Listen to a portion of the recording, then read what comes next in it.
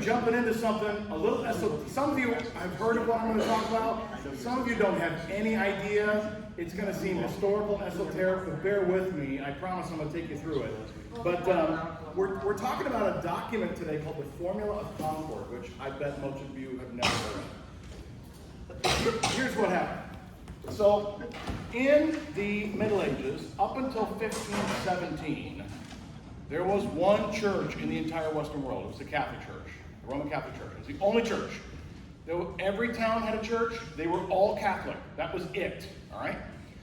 In 1517, a guy named Martin Luther started to question the teachings of the papacy and the Catholic Church and saying, hey, wait a minute, I don't think this is right. I don't think some of these things are true. I think we need to have some dialogue about the teachings of the church and how we understand Christianity. And without going into too much detail, that exploded into what we call the Reformation, which was, Reformation just means like the reforming of the church. And so the Catholic Church immediately tried to squash this Lutheran, as it came to be called, Martin Luther's pushback on the Roman Catholic Church. They excommunicated him. They threatened him with execution. If he was captured, he was going to be burned at the stake, like other heretics. The Catholic Church regarded him as a heretic. And but Luther lived in a political province where the prince of his province was very powerful. And so the Catholic Church couldn't just come in and get him because Luther's prince protected him. And again, that's another weird thing for us. It's kind of like, we live in a divided church-state world. There was no such thing in the Middle Ages. There was no division of church and state. There was just the church, and the state was part of it. And popes and kings have been battling for centuries over who had the ultimate authority. Was it the king of any particular country and region, or was it the pope over the entire world? And popes and kings had gone back and forth, but there was no separation between them. The kings were all Catholic, and it was just a question of who had more power. So Luther lived in a province where his prince protected him. And so the Catholics couldn't just come in and get him. They had to negotiate and debate. There were councils held where the Lutherans wrote down their disagreements with the Catholic Church. They had to present them before the Holy Roman Emperor. You've maybe heard of the Holy Roman Empire. And these were all legal disputes where they had to present their beliefs. The Catholics presented their counter beliefs. Then the Lutherans presented their response, and vice versa. And those documents that slowly were written over 40 or 50 years, where the Lutherans had to write down exactly what they believed so they could debate the Catholics, those documents eventually were collected into this book, which we call the Book of Concord. And it's all these documents from the 1500s where they had to legally present their beliefs before the Holy Roman Emperor and the Catholic Church for debate. So when we talk about what it is that Lutherans believe, this is it, the Book of Concord. These are legal documents from the 1500s, but they outline all of our major doctrinal beliefs. So if you came to me and said, hey, what do we believe about predestination? I'd pull up the Book of Concord, because that issue has already been wrestled to the ground by people 500 years ago. It would make zero sense for me to sit down with the Bible and try to just start from scratch and figure out predestination, when really brilliant people have already debated the heck out of this 500 years ago. They already wrestled this to the ground. So I'm going here first. If you ask me about original sin, which we're going to talk about today, of course I can take you to the scriptures. But if you want to get into the nitty-gritty of original sin, I take you here. Because these guys already debated this into the ground, and they already wrote it all down. It's very simple. Now, none of this stuff, these are all pastors and theologians and professors, okay? And obviously, everywhere they got their information was the scriptures. They based everything they wrote on the scriptures. Because this was the big dispute between the Catholics and the Lutherans. The Catholics said popes and councils have the final authority on truth. And the Lutherans said, no, the Bible has the final authority on scripture and truth. And this was the big debate, because the Lutherans said, if you can't prove it from scripture, then it's not true. Or we shouldn't base our church around it. And so this issue of whether the Bible is the final authority or the popes and the councils was the final authority was the big debate in the 1500s. So sometimes people hear about a book of doctrine and they're like, where did they get that from? Well, the scriptures. It's all based on the scriptures and the argument that this is what the Bible teaches about these things. So the Formula of Concord is one of the documents. There are like 15 documents in this book. And it's a big book, so you can tell these were long, lengthy discussions.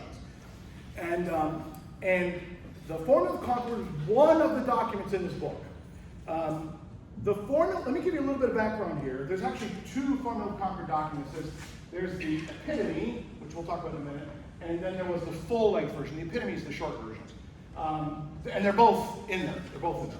So here's some background of what the Formula of the Conqueror is.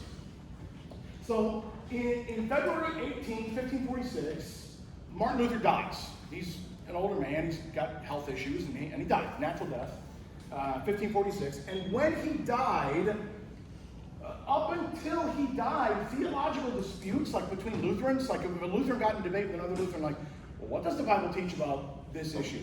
Those were generally settled by the university faculty at Wittenberg, where Luther was based. Martin Luther got into these debates. Most of these disputes were settled by the Lutheran professors and Luther himself, etc. Charles V, who was the Holy Roman Emperor, actually fought a war against the Lutherans. It was called the Smalcaldic War. Without getting into all the details, there was a Smalcaldic League made up of city-states, and they had band together against the Holy Roman Empire to try to protect themselves. Charles V was Catholic, and he wanted everybody to be Catholic. He wanted all the Lutherans to go back to Catholicism, and he waged a war against them to force it. It was called the Smalcaldic War. And he won in 1546. The same year Luther died, Charles V unleashes the Holy Roman Emperor's war machine against the Lutheran princes to force them back into Catholicism. So, when Charles V wins the Smalcaldic War, he enforces Catholic doctrine back on the Lutheran provinces. Well, this creates a dilemma for the Lutherans, because now they're like, well, what are we going to do? Because there are Holy Roman Emperor soldiers enforcing church doctrine, enforcing Catholicism back on the Lutheran territories. They've been Lutheran for 30 years now. And all of a sudden, the prince said, you got to go back and be Catholic. And they were like, we can't do that, man. We have bled and died and spent all of this energy defending our beliefs, and now you want to just go back and be Catholic again? So this created all kinds of problems. So a little bit of geography here. The political boundaries back then were different from today, but I mean, you recognize Europe here a little bit. But the Holy Roman Emperor is the area in gray here. This is the Holy Roman Emperor in the 1500s, all right? And then you've got France, which was all Catholic, Spain, which was all Catholic, Italy, of course, was all Catholic. The Ottoman Empire was fighting a war against the Muslims. Muslims were trying to invade southern Europe at this time, and the Holy Roman Empire was the one fighting them back, and the remnants of the Ottoman Empire. So there's all kinds of religious and political conflict going on during these years. And the Lutherans were all located up here in the north, Wittenberg and north, and then Denmark, Norway, Sweden, they all became Lutheran. And so when the Holy Roman Emperor forces Catholicism back on them, it created a real problem politically and religiously for these guys. So there was a guy named Philip Melanchthon. He was Luther's right-hand man. So Luther and Philip worked side by side in the Reformation. Philip was the brilliant Greek scholar, and Greek and Latin. Philip was brilliant at biblical exegesis. And Luther was the doctrine guy. I mean, he just thought gospel-centered doctrine, saw it so clearly. So Melanchthon is still alive. Luther died. And now you got this Smalcaldic War, right? You know, the Catholics, they're forcing Catholic doctrine back. And Melanchthon is trying to figure out, how do we compromise our doctrine with Charles so that they don't just force us all to kneel before the Pope again? How do we find a compromise? And so Melanchthon made the decision to change some neutral practices. Like, okay, we can change some neutral things, but we're not going to change doctrine, but we'll try to change some neutral things so that we can find a compromise and they don't just overpower and threaten us with death. Now, here's the problem. This created a war between the Lutherans, because some of them were loyal to Luther, and they said, Melanchthon, you're selling us out, man. I'd rather die than go back to being Catholic, right? So there was this inter-Lutheran conflict between Philip, who's trying to find a compromise with Charles, and the other Lutherans who were like, no, we won't compromise. This is doctrinal truth. This is the gospel at stake. We can't compromise. And so there's this tension between the Lutherans about what to do about Charles trying to force Catholicism on him. So the Lutherans kind of got divided between what they called the genuine Lutherans, and the Philippists, those who followed Philip. There was this division, and they were kind of battling with each other. And meanwhile, the German princes rebelled against Charles, even though he'd won the Smalkaldic War. The German princes fought back, and they won.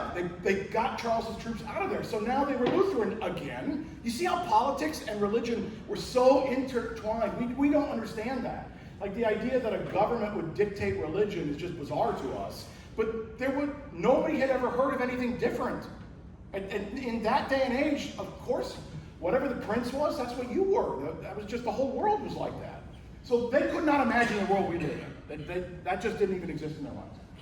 So they pushed the Catholics out, and there was this thing called the Peace of Augsburg, which legalized Lutheranism within the Holy Roman Empire. Because Charles V had bigger fish to fry. He had to fight off the Muslims who were invading southern Europe. And he did not have time to be fighting wars against his own people and diverting soldiers. So he was like, okay, look, this Peace of Augsburg, whatever the prince is of this local area, that's what the people are. So if the prince was Lutheran, guess what? Every church in that region was Lutheran. If the prince was Catholic, every church within that region was Catholic. That was the compromise Charles worked out. So it kind of was local, but this idea of different religions in the empire, brand new idea. This Peace of Augsburg was a brand new idea, and it sets the stage for the people who come to the U.S. in the 1600s, fleeing religious persecution. All of these wars that were being fought by the Catholic princes and kings trying to enforce Catholic doctrine, that's why, and then you get the Anglicans up in England, and then the Puritans want to come over here. This is what leads to the founding of America. It's all this religious conflict and people fleeing from Europe for obviously financial prosperity, but also religious freedom, to be able to worship the way they wanted to. So our whole country's founding on freedom of worship comes out of this stuff, these religious wars that were being fought. So, Peace of Augsburg, but the Lutherans still had to work out all this inter-conflict between the faithful ones and the Philippists who were trying to sell us out. They had to resolve these tensions, okay? And what ended up happening was they needed unity and a common confession on what they were divided about. They had to come to agreement. And so basically they all sat down in a big room, literally, and they started working out documents. Okay, your position is this, my position is this. Let's search the scriptures and let's figure out what we believe and let's come to a unified confession. So by 1577, several documents were combined into one, and it was called the Formula of Concord. And this is how Concord means unity or peace, like Concordia is unity, right? So the formula of unity. This is how we're all going to agree to go forward. And some princes objected to how long and complex the document was, because it's hundreds of pages. And it was very deeply theological, lots of scripture, and a lot of the princes were like, how in the world am I going to enforce this? I don't even understand it. And so they wrote a shorter version, the Reader's Digest version, called the Epitome, which is about 1/10 of the length of the full formula. So in our Book of Concord, you'll find both documents. You'll find the short version, which is the Reader's Digest version. It's way easier, trust me, stick with that one. And then you'll find the full version if you really want to get in depth and find out what the debates and the arguments were about. Okay, that's the background.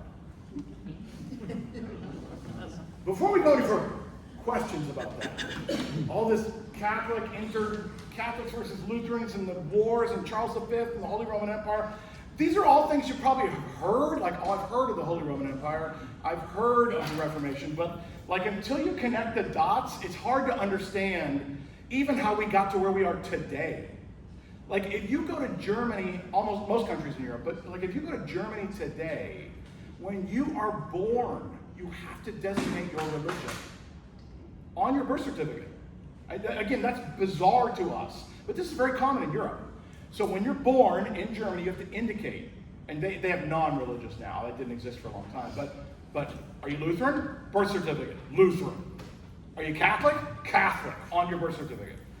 And the state pays for the expense of the churches in Germany. Like those, if you've ever been to Europe and you see these giant cathedrals, the government funds those. The priests who work in those cathedrals are paid by the government. Again, that's bizarre to it. We can't even imagine that. But in Europe, that's still the way it is. Which is another reason why the churches are empty. Because for the priests, they get paid no matter what. It doesn't matter if the gospel spreads. It doesn't matter if they find ways to reach people. If there's 12 people there, if there's 2,000 people there, they get paid no matter what. And so there's this lackadaisical attitude among government-employed clergy in Europe, which is one of the reasons Christianity has not done well there over the last couple hundred years, because they don't care. They get paid no matter what. I'm not saying they don't believe. I'm just saying they're not motivated. And what has also happened across Europe is that independent churches have sprouted up, kind of like the U.S. model, where, hey, look, either you make it or you don't. And churches are motivated to try to spread the gospel and grow and reach people. And so those are not state-funded, and you'll find them in every country in Europe. You'll find the state church, and then you'll find the independent church, where they are trying to do what we commonly experience here. Yeah. What do you got? So where did Calvinism come in? So John Calvin came out right about the same time that the Lutherans did, about 30 years after. Late 1500s, John Calvin wrote a giant book called The Institutes of the Christian Religion. It's the Calvin book of doctrine. So I told you the Book of Concord is the Lutheran one. The Institutes of the Christian Religion is the Calvinist version. And he was from Switzerland or France. You've ever heard of the Huguenots? These are French, Swiss Calvinists. And again, a lot of them got killed by Catholics in the Middle Ages, because the government just came down hard on the Huguenots. It was bad. But Calvinism was a French, Swiss, and some of the provinces of Germany. And then a lot of them came to the United States, Reformed churches and Calvinist churches. You ever heard of the Presbyterian Church? That's Calvinist. Yeah. Steve? If anybody, I don't know if you're going to touch this or not, but if anybody's interested on the relationship to it coming to America, Glenn Beck has a podcast, and there's a 5-part series called America the Beginning, and it's really good. Oh, good. It talks about some of this stuff? There you go. Okay. No question. Yeah. Well, how about the early Christian church? You know, you're talking about where it started, everything Paul did. Yeah. How is that in relationship to this, even though it's 1,000 years later or something? Well, okay, so going back 1,500 years before this, Paul starts all these churches around the Mediterranean under a hostile Roman Empire. The Roman Empire was not always hostile to Christianity. Sometimes the Romans didn't care what they did, and sometimes they cracked down hard and were killing Christians left and right. But basically, the Christian church began to spread rapidly, especially among peasants and slaves. And this is why the Romans saw it as a bit of a threat. It was like, whoa, if all these peasants and slaves get together and they decide they don't have any king except Jesus, and they're not going to worship the emperor, can we trust these peasants and slaves? And so this is what created the tension. In addition, the Roman Empire was falling apart on its own because it had overextended itself militarily and economically. And so as the Christian church grew and the Roman Empire started to crumble, a lot of emperors would blame Christians for the crumbling of the empire. They'd say, the gods are mad at us because we've allowed these Christians to replace Zeus and Aphrodite. And so again, you get these occasional bouts of terrible persecution to try to squash Christianity. It didn't work, obviously. Christianity continued to grow. In the early 300s, Constantine, Roman Emperor Constantine, converts to Christianity. He becomes a Christian. And he legalizes Christianity in the whole Roman Empire. It was not exclusive. It wasn't the only religion, but it was a legal religion. And shortly thereafter, now Christianity has the funding of the state. They took over a lot of the pagan temples and turned them into churches. And they started to build their own churches and temples. And so this also, as the Roman Empire crumbled, this also created a massive vacuum of power. Like, who's in charge in Europe? And as the Roman Empire crumbled, nobody was really in charge. And so the Bishop of Rome became more and more important. And eventually, by the time you get to the 300s, 400s, 500s, the Bishop of Rome is saying, I'm in charge of all of Western Europe. And I want you to call me Papa, the Pope. I'm the one head bishop over the entire church. Well, this was new because all up until about the 400s or 500s, there were bishops in every major city, and they were all considered equals. Until the Roman Empire fell, and the Bishop of Rome started to become more and more powerful, and eventually he becomes the head bishop, and now he's the Pope. Fast forward, lots of stuff develops during that time until you get to the Reformation. So that's not everything you wondered about, but it's something. Okay. All right, so let's jump into the Formula Concord. What happens in the Formula Concord is they are taking issues one at a time that Christians were debating. And here's what you're going to find fascinating. The issues they wrestled with are issues you have wondered about. You're like, this is a 500-year-old document. Who cares? I promise you, half the stuff in the Formula Concord, 2/3 of it, you're going to be like, oh, I wondered about that. Original sin. Are people completely corrupt? Sort of corrupt? Not really corrupt? Free will and are people, do people have a free will, or are they constrained and they're bound by sin? These issues were what the Formula was wrestling with. And so today we're going to do the first one, which is the issue of original sin. And here was the big issue that was going on. So the dispute between the Lutherans was about whether some groups were being accused of minimizing original sin, and some groups were being accused of overstating original sin. I mean, literally, some people were like, original sin just means that there's like a smudge on good human nature, and we just need to work hard to overcome the smudge. And other people were like, no, humans are completely corrupt, there's nothing good in them, they're rotten to the core. And these two groups were debating each other. Well, shoot, which is it? Is it a minor smudge or complete corruption and people are stained beyond redemption? This was the issue they were struggling with. And so some people argue that original sin was mainly just a spiritual deficiency, but human nature was largely capable of cooperating with God for salvation. People could choose God. In other words, yes, original sin has kind of messed you up a little bit, but even in sin, you can choose to follow God and be good. You just have to work hard. Right? Well, then there's another version that says, whoa, the other side said, the other direction, that original sin was the actual substance of human nature, and that fallen humanity is basically sin to its very essence, which kind of implies that God had created evil beings. Right? If you take that too far, it's like, oh, well, so God created you evil? God's the author of evil because their very essence is evil, right? So here's your two sides. It's not that bad. You just got to work hard. Or it's total corruption to the core and the essence of all of humanity, and there's nothing good in them, no redemption, no essence of what God originally created. And so this disagreement was huge. So this question, friends, listen, this question is a relevant one to us today. We still wonder the same things. So here's what I want you to wrestle with a little bit. At your tables, I want you to talk about these three questions. I don't care which one you choose, whichever one's most interesting to you. Why do you think the doctrine of original sin was the very first thing they wrote down in the formula? That's article number 1. They felt they needed to wrestle this one to the ground before they talked about anything else. Number 2, what other doctrines might change if we misunderstood human nature? If you get human nature wrong, what else could you get wrong? And number 3, if you get original sin wrong, what happens to the good news of Jesus, the gospel? Right? Think about this for a minute. This is quite relevant even to us today. Wrestle with this. It's okay if you don't really know. Just think out loud for a little bit, and we'll come back together and talk about it.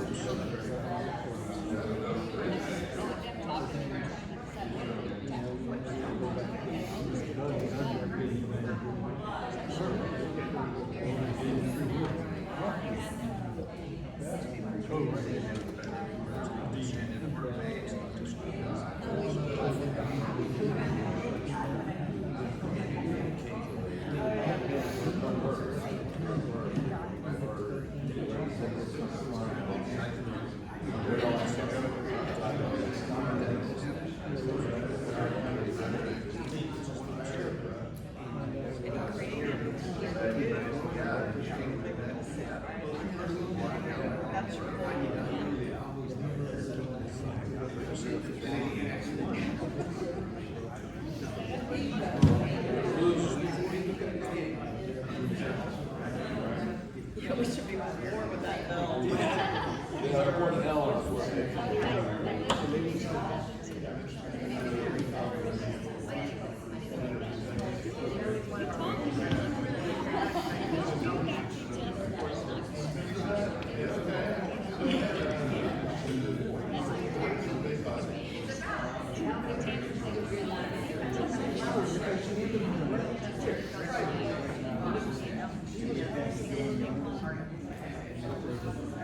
All right? So let's put this in context here.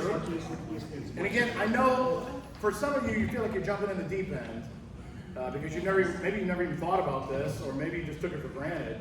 But I want you to just wrestle with this a little bit and realize what the stakes are here, okay? So you might ask, who cares? Does this even matter? But the thing is, if you don't get the question of original sin or sin itself, if you don't get that right, you're going to misunderstand or potentially get wrong a whole bunch of other things.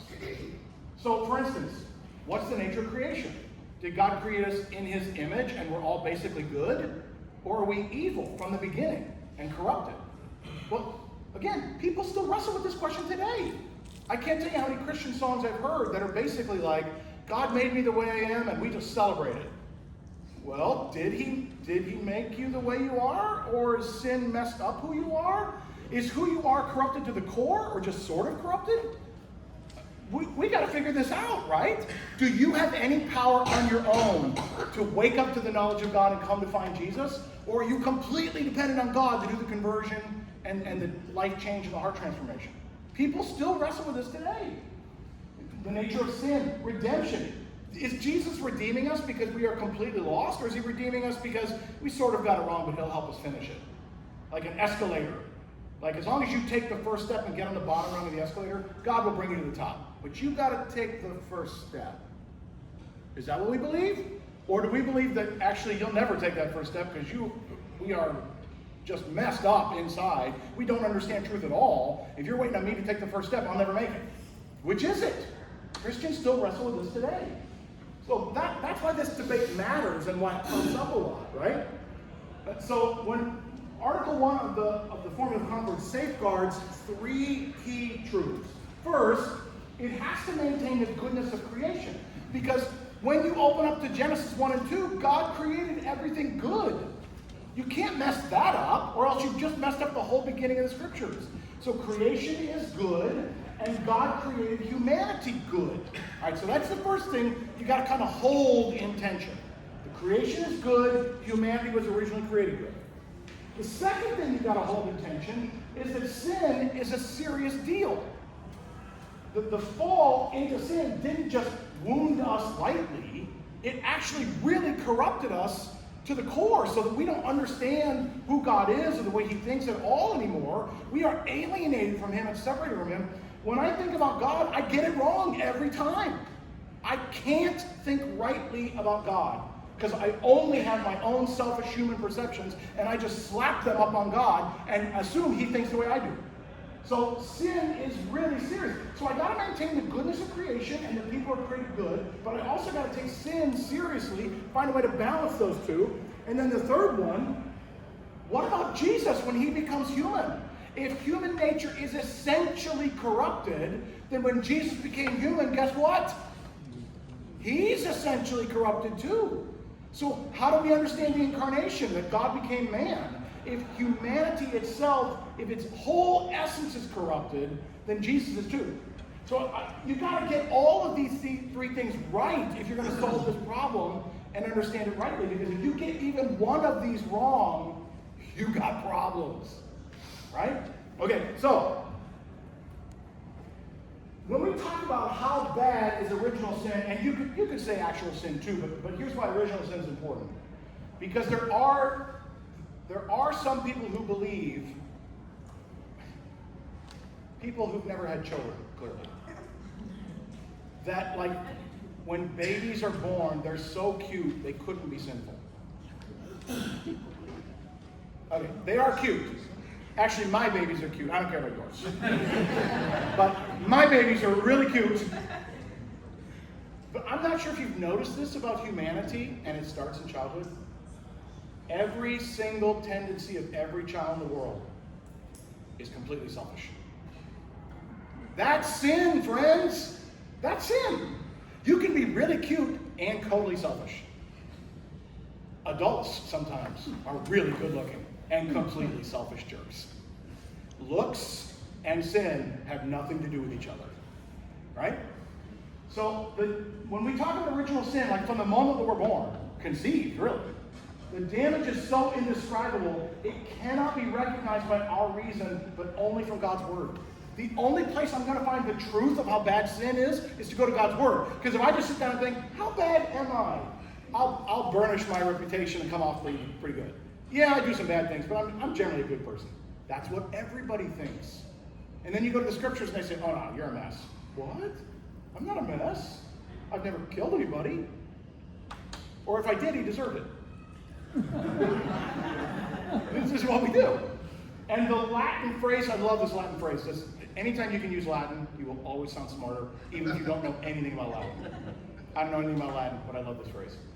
The reformers describe sin as incurvatus in se. And what that means is turned inward upon the self. That our entire worldview is turned inward, all about me. Everything's about me. My success, my happiness, my goals, it's all about me. Helping you if it's convenient, maybe sometimes, especially if there's something in it for me. But in general, it's all about me. I don't care about you. We are in competition. Even if, anybody married? Seen this play out in your marriage? Right? You got to choose that person among everybody else in the world. You got to choose one person that you wanted to spend your life with, that you loved, and you were best friends with, and it was all going to be magical. And then as soon as you got married, you went, boy, they're not as nice as I thought they were. Boy, they're awfully demanding of me. They expect me to do things. Why do we keep fighting about this stuff? Because both of you are incurvatus in se. And you're bumping up against each other constantly. Because everything's about me. That's what sin is. A completely self-centered worldview. So in your table groups, what does curved in on oneself look like in real life? What does that look like in your life? Can you think of an example where something good becomes self-centered? Something good becomes incurvatus in se. It turns inward on the self. And how does that description help explain when even good actions can be distorted by our selfishness and turned inwards? Talk about that real quick.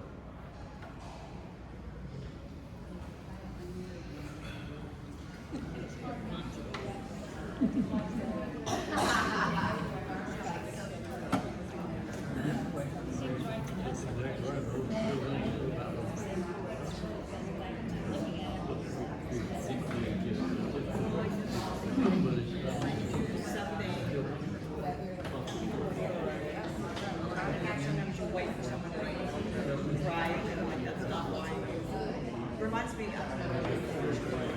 that episode where Joey and Archie have their self-esteem. You already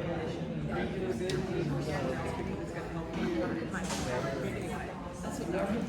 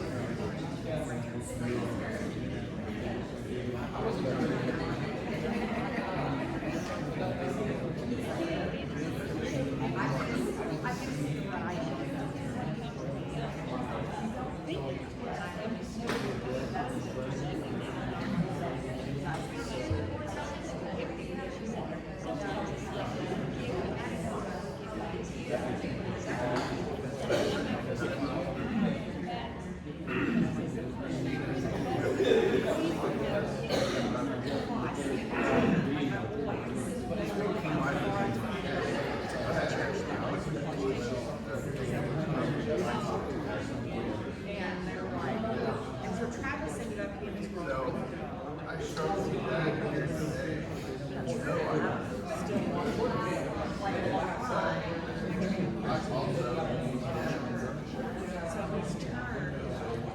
because good, like wanting I into. whatever it is that I have to do, all day long. Instead of.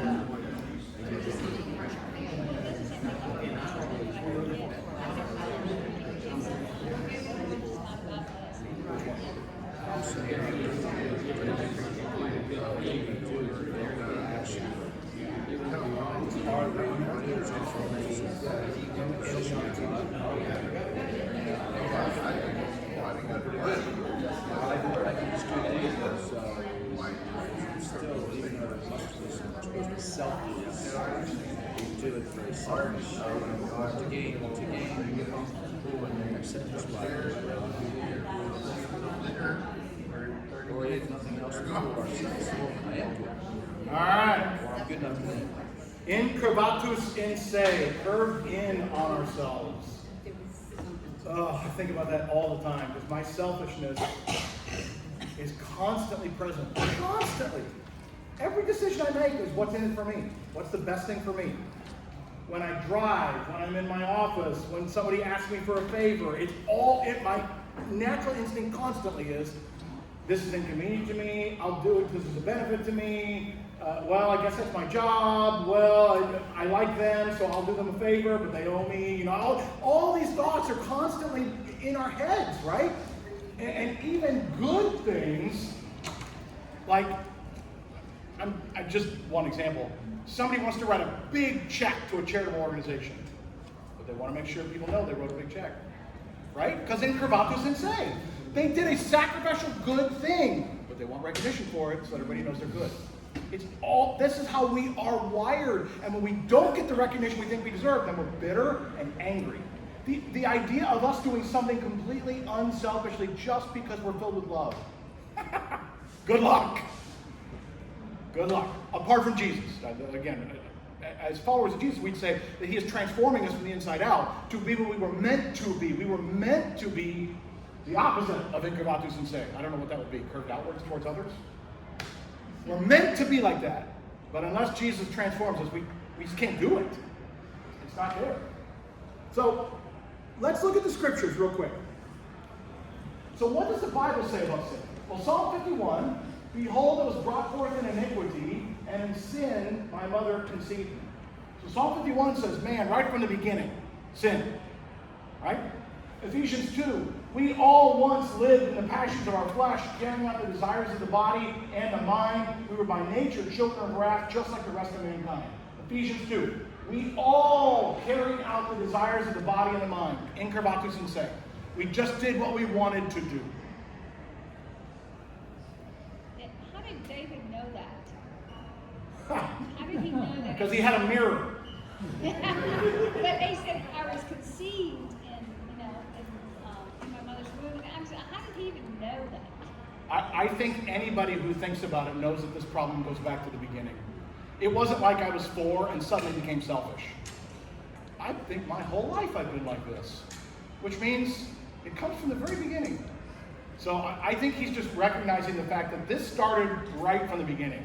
It did not appear when I was 13. It's always been there. Remember, Psalm 51 was written about a year after Bathsheba's baby died. For a year, he wrote nothing. Also consider in Deuteronomy, God laid out when Moses and the gang were still on the Sinai Peninsula, heading across the Promised Land.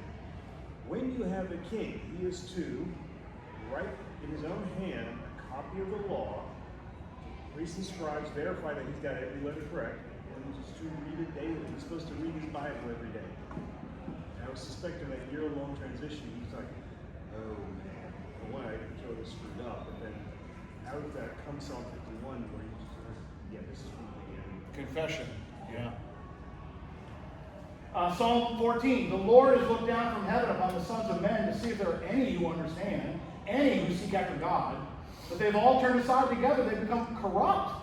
There's no one who does good. Good, not even one. God looks down, he's like, is anybody getting this right? Nope.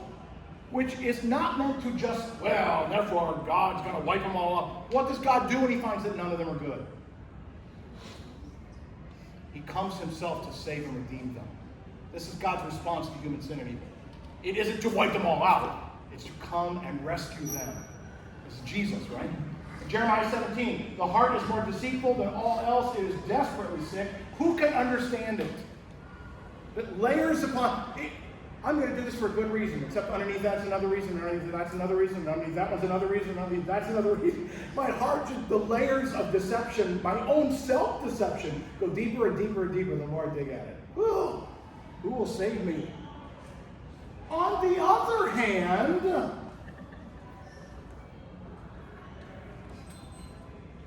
Psalm 139. You formed my inward parts. You knitted me together in my mother's womb. God, you created me. I am your creation. Created in the image of God, Genesis 2 says. Hebrews 2. Since the children share flesh and blood, he, Jesus, himself likewise shared the same things. Jesus took on the same human flesh we had, and we were created by God. So, okay, sin, but created by God, and Jesus took on our flesh. Hebrews 2 takes that a little further then. He did not come to help the angels, talking about Jesus, but the descendants of Abraham. Thus he had to become like his brothers and sisters in every respect. He took on their flesh. John 1, in the beginning was the Word was with God, the Word was God, and the Word became flesh and dwelt among us. So again, how deep does this corruption go? Because Jesus took on human flesh. So here's what I'm going to do to end today. This is what the formula does and why I love it. It is going to reject a whole bunch of things, and then it's going to affirm a whole bunch of things. And these are helpful when you read them. It's like, okay, some of these rejections, I've actually thought those were true before, but they sat down and wrestled this to the ground, and here are the things you got to pay attention to this word. This is what they rejected. So don't read this and go, oh, that's true. No. These are the things they said were false. Okay? So this is the form of the Concord. They rejected the idea that original sin was just guilt. Like, oh, I feel guilty, or I owe a debt. They were like, no, it's more than just owing a debt. It's an actual corruption. They rejected that human nature is uncorrupted, that it's good, that it has its own goodness inherent in itself. They rejected that original sin is only a surface stain or smudge. No, it's not just something on the surface, but the inside is really good. Like a Twinkie, the inside is good. No, they said, no, there's more than that. They rejected that original sin is only an obstacle and not the complete loss of spiritual power. Like, it's not just an obstacle, but you can overcome it. They're like, no, you can't overcome it on your own. And they rejected that humanity still holds a spark of goodness that can reach towards God. It's like God is waiting in heaven for humanity to take the tiniest spark of goodness and reach up, and then God will take their hand and pull them the rest of the way. And no. No human is reaching towards God on their own. Because we're in Gavatus and say, we don't even understand who God is, let alone reach for him. They also rejected that original sin is essential to human nature, infused and indistinguishable. He said, no, the human nature is not sin. Sin is something that has corrupted human nature, but human nature itself is not sin. Because Jesus took on human nature, right? So we're not going to confuse human nature and sin. They also rejected that original sin is the very substance and essence of humanity. They said, no, it's not the essence of humanity. Humans are created in the image of God. It's been corrupted, but their essence is God's creation. They rejected that original sin commits sin inside of man, commits sin and not human nature. That the idea that its original sin is doing the sinning and not me. It's not my fault, it's original sin, so I have no guilt, it's original sin's fault. No, you kind of like it and you go along with it. You can't blame original sin. And they rejected that original sin is condemned, but not humanity itself. Because now you can't pull it apart like that. I am a sinner, and therefore I am condemned apart from Christ. I need the redemption of Jesus.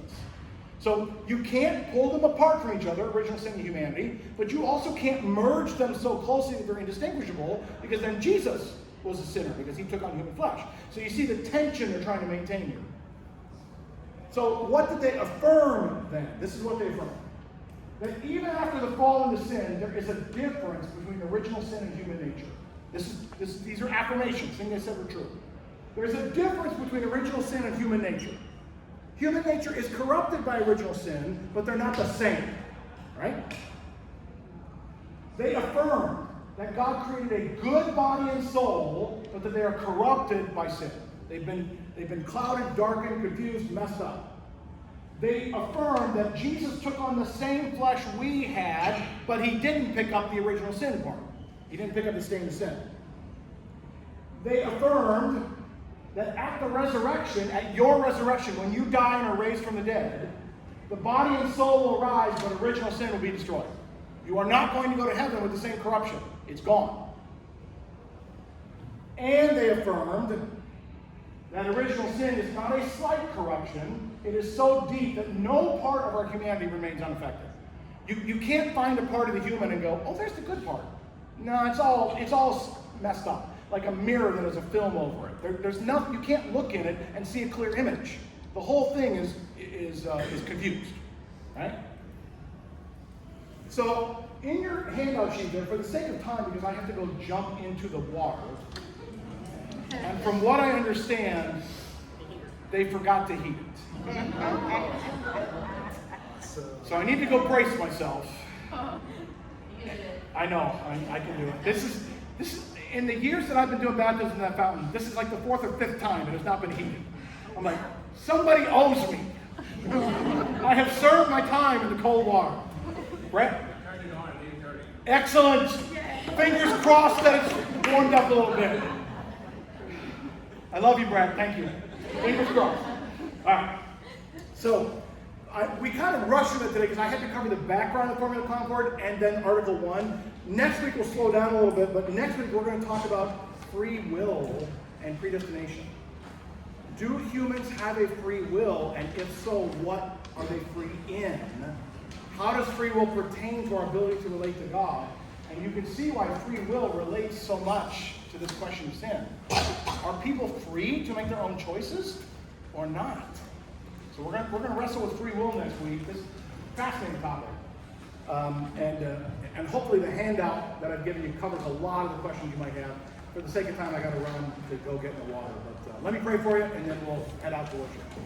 Jesus, thank you for having mercy on us, and Lord, teaching us to wrestle with the sin that we all carry.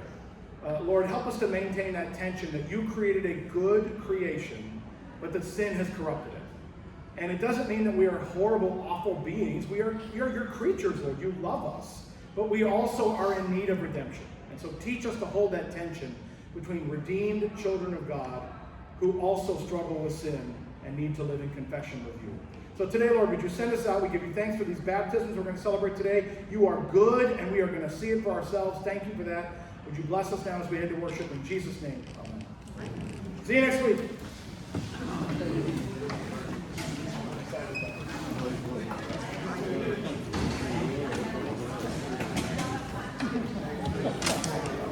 A little bit.